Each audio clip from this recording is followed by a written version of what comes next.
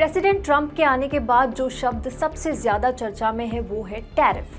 जब से ट्रंप आए हैं टैरिफ को लेकर ग्लोबल लेवल पर अनिश्चितताएं बढ़ गई है। बाजारों में गिरावट है और निवेशक डरे हुए हैं।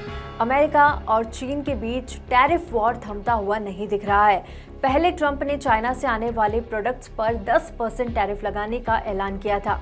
फिर क्या था, अमेरिका के टैरिफ से चीन तिलमिला उठा और इसका नतीजा ये हुआ कि चाइना ने भी अमेरिका से इंपोर्ट होकर आने वाले सामानों पर टैरिफ लगाने का अनाउंसमेंट कर दिया है। चाइना ने अमेरिका के कोयला और क्रूड ऑयल समेत कई प्रोडक्ट्स पर 15% तक के टैरिफ का ऐलान किया।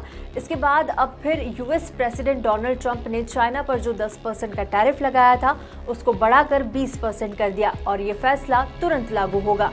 ट्रंप ने यह फैसला इसलिए लिया क्योंकि चाइना ने फेंटेनिल ड्रग्स के इलीगल इंपोर्ट को रोकने के लिए इनफ स्टेप्स नहीं उठाए। इससे अब लग रहा है कि चाइना और यूएस के बीच टेंशन और बढ़ने वाली है।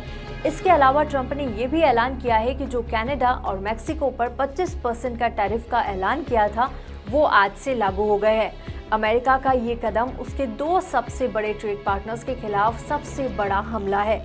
एक और बड़ा अपडेट ये है कि जो बहस हमने देखी थी ट्रंप और यूक्रेन के प्रेसिडेंट ज़ेलेंस्की के बीच हुई थी, उसका असर अब ये हुआ है कि ट्रंप ने यूक्रेन को यूएस से मिलने वाली मिलिट्री सहायता पर रोक लगा दी।